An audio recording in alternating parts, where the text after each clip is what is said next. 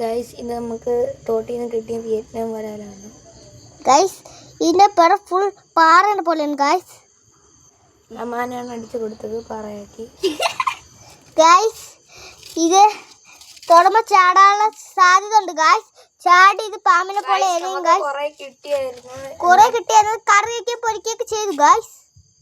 3 കിലോയാണ് guys. ഇതിന്റെ ഒരു കുട്ടിയാണ് ഗൈസ്. ഇതിപ്പം പ്രസവിച്ചുള്ളൂ ഗൈസ്.